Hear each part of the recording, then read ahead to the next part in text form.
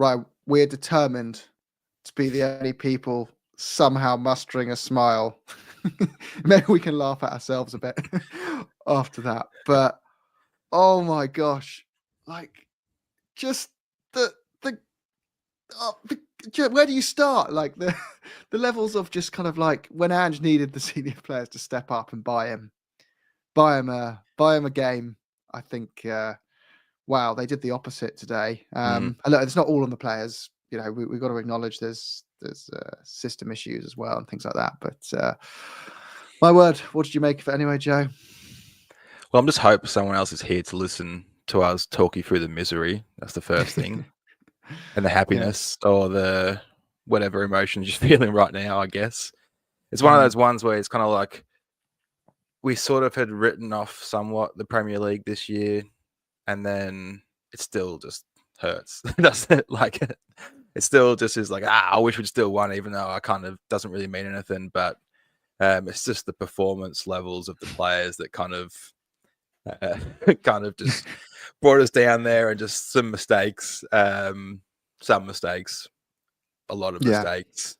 We made Wolves look really good, even though they didn't really do anything other than just take the chances that we just said, here you go, have a nice 4-goal game that you just I guess they deserve it, I guess. But what do you think? Like the bit that concerned me is that I felt we had opportunities and like, we scored obviously and stuff, but they came when Wolves would sit back, we'd get ourselves back in the game. And the Wolves would go, we better get our lead back, actually. We'd just turn it on for 5 minutes, get their goal, and then just sit back again. It was almost like a tiger playing with its prey, like it had a helpless lamb. And it was just like, you can get up and run around a bit now. We're like, yay, we're back. We're having a little play around. And then it was just like, oh, actually, you're not doing that. And just like pounce back on us and just put us back in our I think spot. A better analogy would have been a wolf playing with a little chicken, to be honest. Yes, a wolf playing with a chicken would have been a better one. And just like letting it get up and run around for a bit and then just like jumping on us again. And it's not, and like, I do think, on a serious note though, I do think Vicario is a good signing, and I really think he's got a future at Spurs and all that stuff. But today was probably his worst ever, 20-minute period in a Tottenham shirt, when I think Ange needed him more than ever to not have a bad 20 minutes. Look, but that's not an excuse, I think. The punch should have been further away, but it was a shin shot that bounced in the ground, and he tried to dive, and I guess Davis somewhat got in his way to try and make the save, but I don't think he would have got there. And the second one, I don't know what he was meant to do other than what he did. Like, was he not meant to save it and it was just going to go in? So, like, I don't know. But yeah, it was weird to dive the other way when Cunha just like, it's a penalty, I'm just going to take one side and see what happens. But it was like pretty much across the board. So Burwell comes on and like, he carries the ball up the field and plays Johnson in. He puts a good cross in, and then a couple of minutes later, he tries to take on someone basically as the last man. So it's just maybe the players' minds are in Thursday, but a few of them were playing that game. And Sai, hello, mate. Hello, mate. How you doing? Good to see you. Good to see you. Still decorating the new room. We've got a nice picture. Yeah. Sai, I felt like, where was I going with this? About to ask you a question. I feel like for the first time ever, and we've been staunch protectors of Ange and stuff. Yeah. The players weren't playing for him today. For the first time ever. Not all of them. Some of them were, because they're all model pros. But the first time ever, I felt some of them were like, because they were like, the way when we were losing, when we'd like misplaced past something, you'd see them like laughing and like pointing to each other. I was like, that's not the faces of people who are like, holy shit, we've got to protect the gaffer. Like, we've got to win this game, otherwise his job's at risk. It just didn't get that vibe. I don't know how you read it. Yeah, it's a difficult one to read, isn't it? And it's becoming more and more difficult to defend the boss, really, isn't it? It really is. 17 defeats in a season. You've got a full team back now. They've been back for weeks. This isn't like the first time these players are playing together. He's had them back for weeks. He's had time with them. And from the off, we looked like we had no shape. We didn't know what we were doing. Were we pressing? Were we dropping deep? Were we hitting on the break? What if we were? And this persistence of not just playing out from the back, but playing the football at the back. to what end? Sometimes, Mm. you know, we play it back across, and the point of that is to draw them on to hit them on the break. But we never do that because when we break the lines, you get it out. You're getting it out wide to Spence and Tell. Tell would be making a break, and Spencer just turn back inside and play it back inside to Ben Davis and Romero. And I was waiting for the stats to update. I haven't seen the final stats, but I would hazard a guess that Romero was one of the highest touches on the pitch today. And did what with it though? We don't do anything with that tactic, and we seem to have no urgency. We had no urgency, no drive. He had a couple of good. He's very good at breaking the lines, Romero, as forward passing. He had a few moments where they came off, but I get what you mean. You go forward and you're then it comes straight back to. It ends up straight back at Vic. Yeah. It's kind of don't do anything with it. It's kind of the opposite of what Brendan Johnson does. Like Brendan Johnson scores goals and he's a forward, so he's meant to score goals, but he doesn't sort of.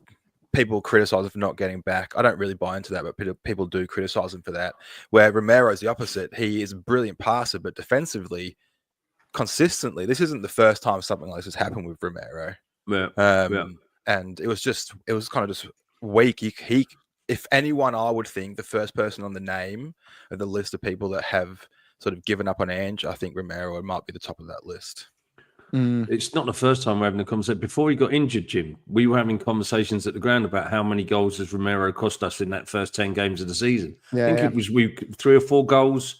Quite comfortably, you could have put down to him in the opening quarter of the season. So, and that goal today was just lazy. It was lazy from him. Yeah, I mean, what you've got no hope in a game as a manager when your goalkeeper's given away 2 goals and your centre back's giving away a third. Yeah. Like you need a miracle because typically, if you average 2 goals every game over the course of the season, you probably win the league with a good defence. You just score 2 goals every week, and it should be enough to secure a minimum of a point. Yeah, you can score 2, but when you've given away 3 goals in that manner, you're just even the 4th. Really, I just thought like you just saw it coming. You just knew it was coming, and you knew it was going to fall to when he came on the pitch. Of course, it was all day long, all day long. But the thing is, right? You know, you're saying about the defence, but we were sort of, you know, not bigging up the defence, but we were defending the defence, if you like.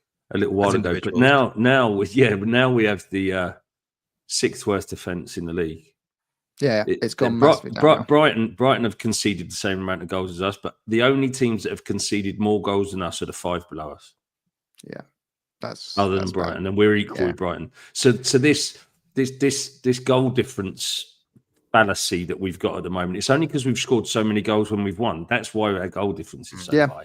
Our defence isn't as good as what we think it is, No, it's not.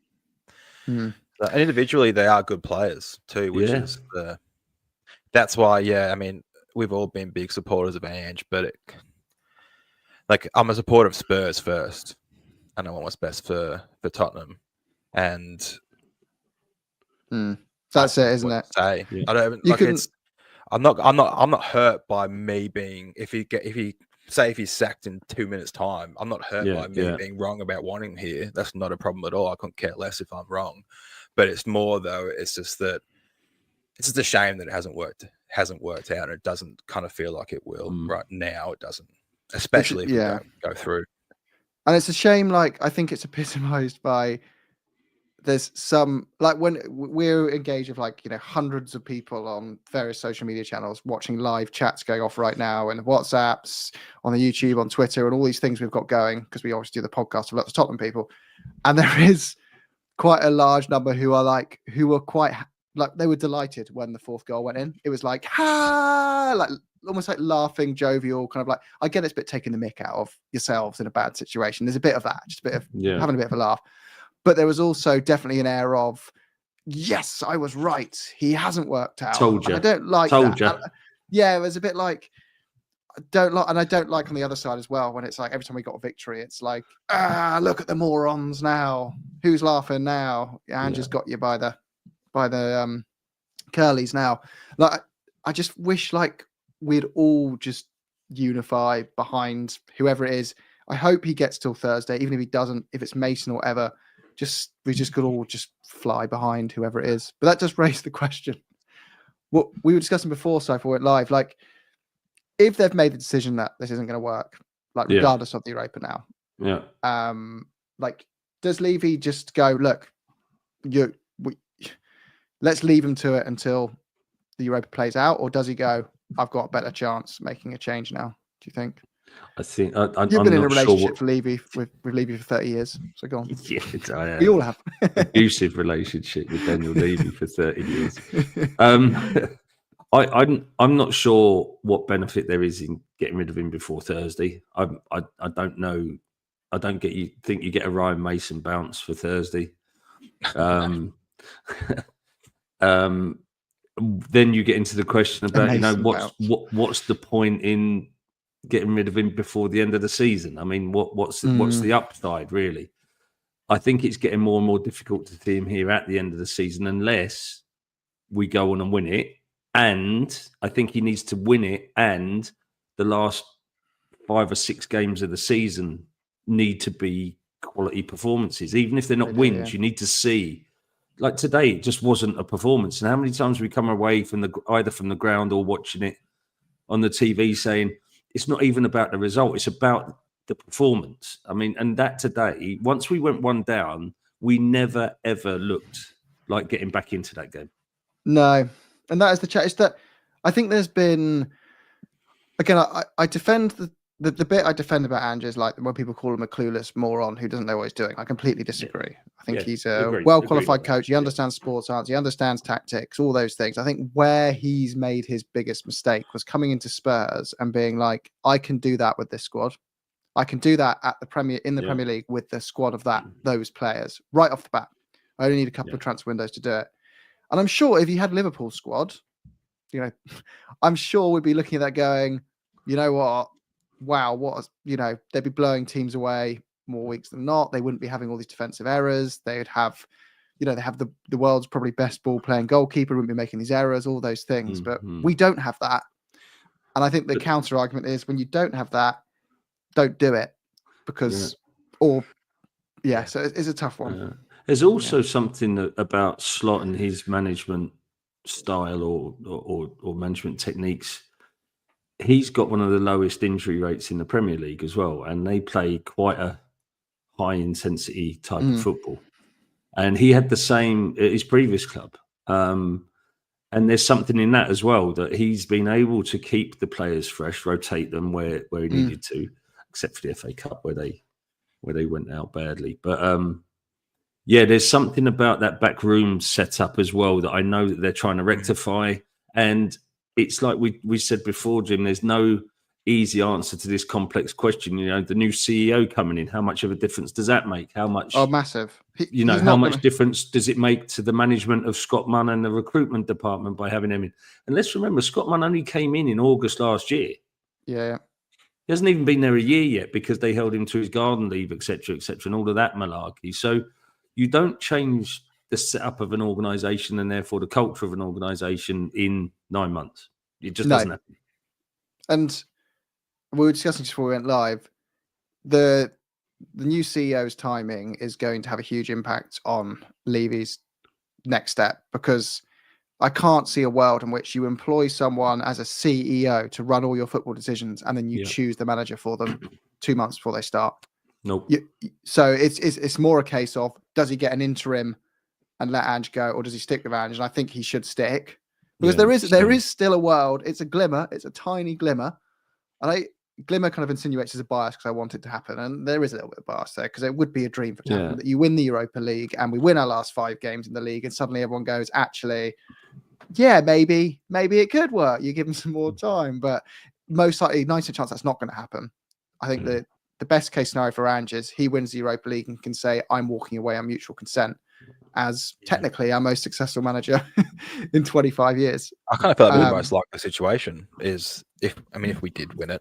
I mean, I'm a very hopeful person in general. I am, and I really want us to win it, but I just can't get around the fact that I don't think we're even going to go through tomorrow. But don't listen to my negativity. But in the chat, who was it? Mentioning it was Boo Daddy Boo about the backroom staff and novices in his coaching staff. I actually thought that when it's weird that he changes staff every time he comes in. You want some chemistry, I think, and because you run the risk if you bring someone in new every time, a whole team that it's not going to be as high quality. Mhm. So I think that I find it a strange tactic, but I mean, we really have no idea sort of what part of the recipe is causing the soup to taste bad, really, do we? Like it's just No. so. But I agree with you there, Joe. I think it is a bit strange that he comes in and sort of sticks with the backroom staff that are at the club at the time, or he brings in some new people from outside. There's not a lot of top managers do that. Most top managers take their backroom staff with them wherever they go, right? Hey up, Stu. All right, Stu. You in the UK again? I'm in the UK again. That's a Burnley. That's That's a Burnley Welsh background. dresser. It's a Burnley Welsh dresser right there. Yeah. Hey up, son. Billy makes a good point there, guys. Birkinshaw did see us relegated. And different times, Jimmy, different times. Yeah. I know. I'm not saying that's justification for this, but I am saying there is. Yeah, just reading out our members' points, really. Yeah. It's a fair comment, but it's very different times, eh? Yeah, it is a different world now. Yeah, so then, Vic, you're Italian. Then, Jim, if he don't, sorry, Jim, just on the manager topic, just to close out before we go on to Calamity James in goal. Where do we go in the summer then? If we don't win the Europa League, which chance it very, very slim. I mean, we're clutching at straws for that, right? So we don't win the Europa League. We finish 15th, 14th, maybe. If we're lucky. Who comes to us? Go on, Stu. I'll let you answer. No, I don't think that it's that hard a project to sell. I mean, we're not going for the Contes or the Mourinhos anymore, but I think it can be easily explained to any manager that we're after that this year was a disaster due to injuries, etc. And the real level is more last season where we finished 5th and we're very close to 4th. We still had a great run to a semi-final in a domestic cup. We got to a minimum quarter-final in a Europa Cup. The youngsters got a lot of experience. We will invest another 100 million in the summer. I don't think it's an awful project to sell. I agree. But then why don't you stick with Ange then? Because he's shown that clearly defensively things are not good. Yeah, I think if you put Ange into the finished article of a squad like Man City squad or Liverpool squad, I'm sure the system would have the players to get away with that super high risk, high octane type football. But at this phase of a project we're in, it just appears like the squad's not capable of pulling it off. So we need someone who's going to take a lot of it back to basics and abandon those principles that Ange obviously can't abandon because he said why. You can't just. Yeah, go on. Do you think any squad in the Premier League could play that high tempo, high football that we do, given the quality? I mean, you just saw the quality of some of the Wolves forward play today. When we gave them the space, which is what our system does, right? It leaves acres of space. That's the risk. And I'm not sure that there's any team in the Premier League, any defence in the Premier League could cope with that against some of the strike force. And that's maybe where, not that Ange is getting found out, but that's where maybe his defiance to change things up is catching him out a little bit, because it's one mistake and you're punished in this league. Just look at, I watched Match of the Day this morning, and just look at how Crystal Palace were cutting City open yesterday. Yeah. And they've got top players. I think, as you said, Si, the league level is so high.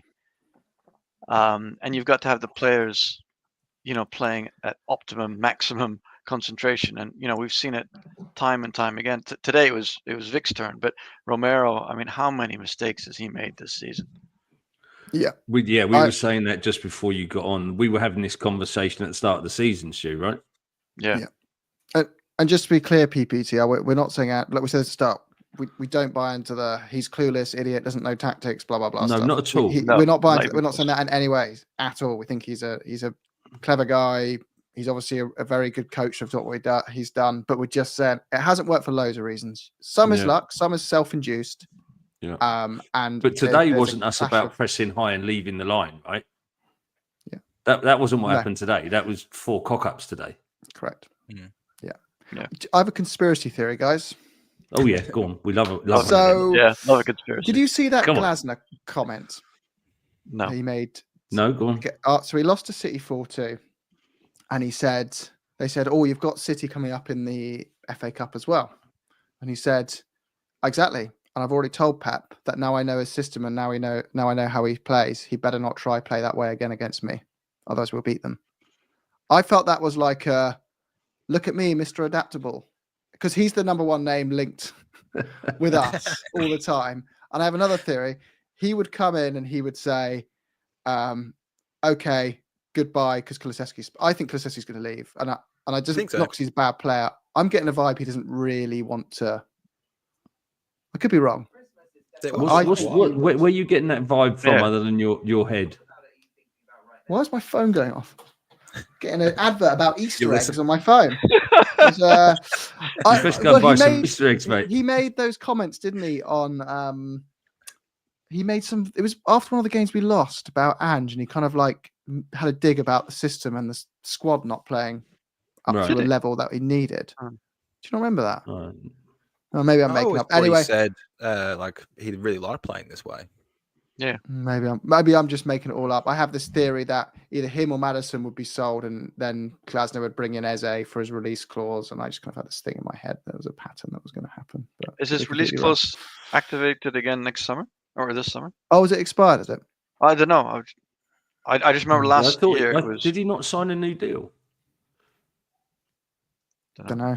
Well, my conspiracy theory is clearly rubbish, but I have a weird feeling that if the decision's made to change, Glasner would be the one. And I just got a vibe from that interview that he was kind of doing a little bit of flirting with kind of saying, I'm exactly what you need. Because he's got the same model in Palace. It's sign really good young players, but in Palace they have to give them affordable release clauses to convince those players to join them. At Spurs, it'd be like Palace with much more money, and you can hold on to those players a couple more seasons than they can. And I wonder if he just sees that. And I don't know.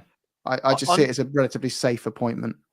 On your deep dive into our new CEO, what's his track record for appointing managers? His previous, I've done a video on this, his previous roles at Arsenal, because he's there a long time, I think 14 years. He started off in the commercial side. So he was part of the revenue growth from 300 million to I think 600 million as a club. And then he ran the women's football for a bit. And then when he moved into the CEO role, he brought in Raul and Edu and Arteta. That was his thing. And he sat through that from 2019 to 2024 before leaving. So his track record was project-based manager, sticking with it.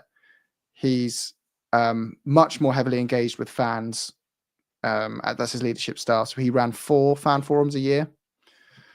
And he would explain to the fans what the vision was of where they were going through on the pathway and all that kind of stuff. So I think we'd expect him to either stick with Ange and say patience is a virtue and explain why, or he'll get someone else in and say we're sticking with this person now for 4+ years. So, what do you think about if he does move Ange on before the season ends? Is it just Mason? Is that our only option? But would it be Mason or would it be Wells? Because Mason's not even assistant. I was more so just think, potentially. But I was just thinking, he's done it before and he's more so part of the club than the rest of the guys. But would it be the backroom staff, do you think, if they do move him on? Or is it just... Because, I mean, if we lose to Frankfurt, which away in Germany, in that atmosphere, because we showed when we went to Turkey that with this young squad, the atmosphere absolutely wrecks us. Like, we can't handle that sort of stuff. So I'm not confident about that. I hope we win, but I'm just not confident. So if we go that with us, there's literally nothing to play for the rest of the year. So is it even worth hanging on to him for the rest of the year if we go out next week? Yeah, I mean, I don't think there's a right or wrong. It's just like, where on the scale do you want to be? In a lot of ways, there's no point getting rid of him. Why? And then at the other end of the scale, there's no point keeping him because there's nothing to play for. So I think it's a bit of a moot point. I don't think anyone would make a difference. And I think it's to your point, Joe. We would, come to me 3 months ago, and we were Ange in all the way, right? And I'm not necessarily Ange out now, but I'm sort of Ange indifferent. To your point, if he got sacked tonight, I'd be like, yeah, well, he's brought it on himself. Really, I can't really.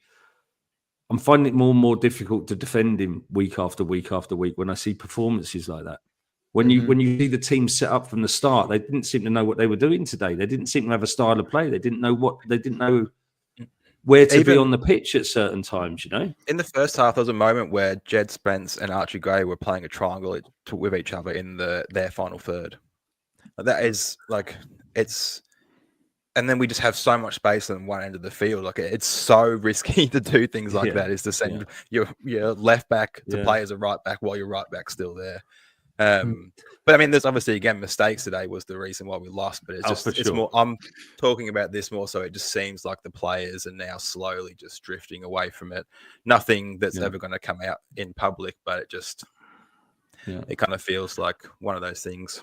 Do you know I think MS makes a point there that we're sort of trying to make without being so obvious about it. They do look uncoached at the moment. They don't look like they've got a game plan when they go out. I think they did against Frankfurt. Well, back end of the first half, second half, they did against Frankfurt. Two people have said it. So too many defeated ourselves. Yeah, twice. we did. We did defeat ourselves. We did. But that's just as bad as being beaten. It's worse. Yeah, we've done it so many times. At a certain point, you've got to think maybe it's more than just bad luck. Yeah, we almost did it against Southampton last week. For God's About sake. a month ago, we were the most errors leading to goals, and that would have just skyrocketed even further. That gap, errors leading to goals. Yeah, and I mean, that who is that on? Is that because these players are good players? When I look at our squad on paper, I think we have some really, really good players. They're young, a lot of them, and they're inexperienced, and that turns out in positioning. And especially when you play such high risk football, the young players aren't as experienced enough to be able to sort of see the bigger picture as much. So it's harder to play that high risk because it's you can see moments where someone will try to pass the ball back into the middle, and the midfielder have already got further forward than the ball is, because it's just that sort of.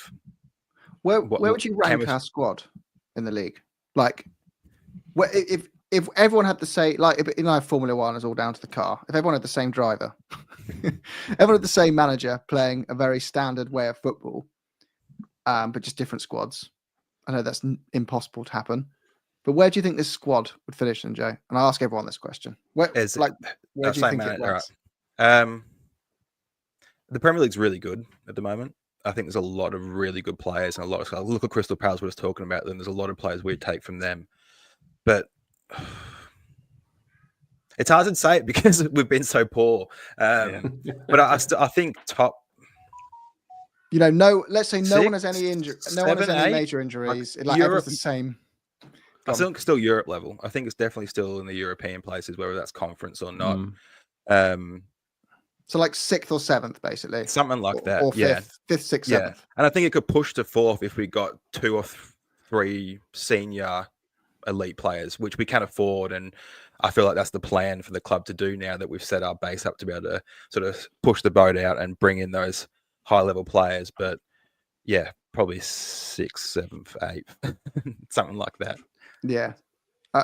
Anyone else disagree? Stu, Si, where would you rank the squad?